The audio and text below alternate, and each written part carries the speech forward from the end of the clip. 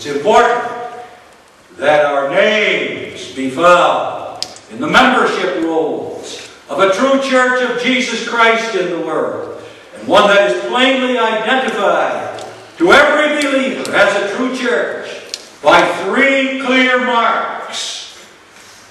It preaches the pure doctrine of the gospel of the Bible. It exercises discipline upon those members who openly live in disobedience to God's commandments. And it exercises and administers the sacraments that Christ has ordained, baptism and the Holy Supper, as Christ has instituted them. That was special about Jabez. That's special about you as members of a true instituted church of Jesus Christ. There is Christ. There is the power and salvation of God's covenant. There is the Holy Spirit, so that you may witness to Christ faithfully and live in obedience to His Word, and also so that you may make your own prayer of Jabez. That was about all, though, that was special about this Jabez. There was nothing else special about him. In the Old Testament, there were a number of men, and women too, who were extraordinary and outstanding. Everyone is familiar with their names. They were kings, or prophets, or priests, or judges.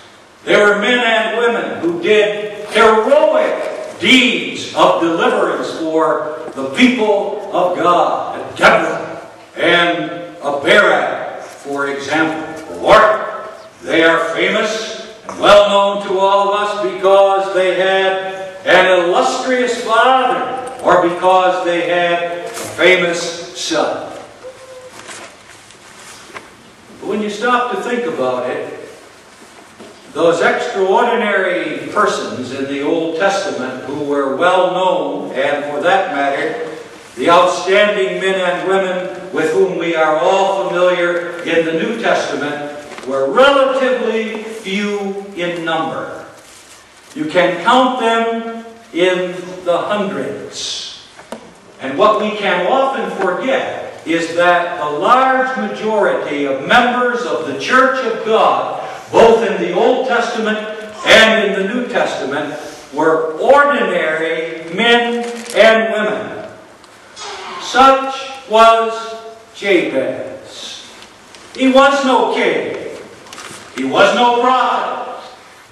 He performed no heroic deed on behalf of the Church of Jesus Christ. He appears here for a moment, and then, as if he's embarrassed by the attention that he receives, he disappears, never to be heard of or referred to again. Jabez was one of those majority of the members of the Church of Jesus Christ about whom we read in 1 Corinthians 1, verse 26 and verse 27. Not many wise men after the flesh, not many mighty, not many noble are called, but God hath chosen the foolish things of the world, the weak things, and base things, and things which are despised. He's talking about human beings here, you understand, and things which are not.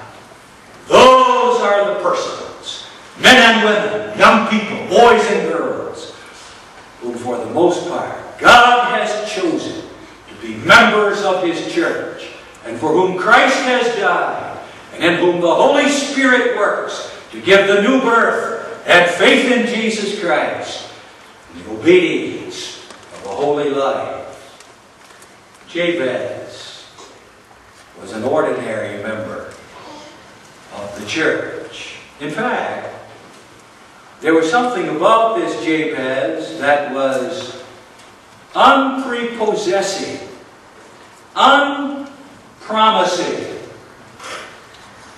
There was something about him that rendered to him uncomely, not beautiful, not attractive as a member of the church. That's pointed out by his name. Names in the Bible are always important. Names have meaning. Names in the Old Testament in particular tell you something about the one who has the name. The name Jabez means sorrow or sorrowful one.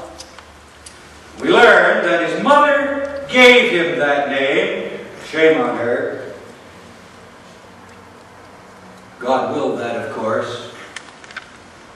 But shame on his mother to give him such a miserable name. His mother gave him that name because I bear him with sorrow.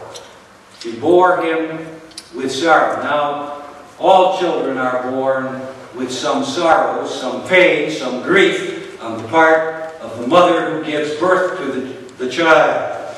That's part of the judgment of God upon woman for the role of woman in the fall of the human race in the beginning. According to Genesis 3:15, immediately after the sin of Adam and Eve with regard to the forbidden fruit, God says, I will greatly, to the woman now, I will greatly multiply thy sorrow and thy conception. In sorrow thou shalt bring forth children.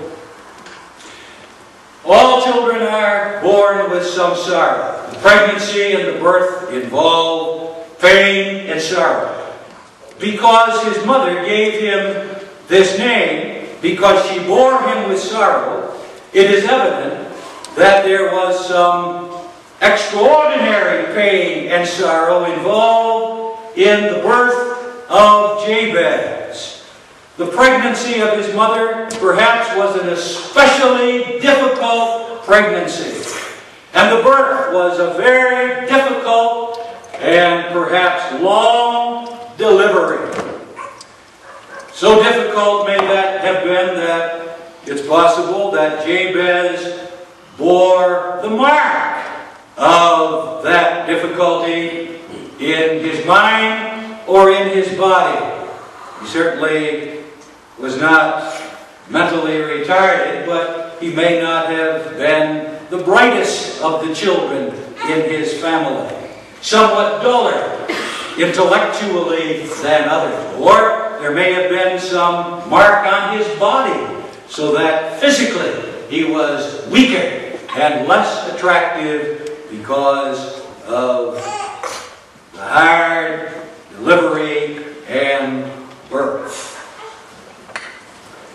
That was a miserable name to carry, especially as a child or as a young person. You can just imagine how it went on the playground.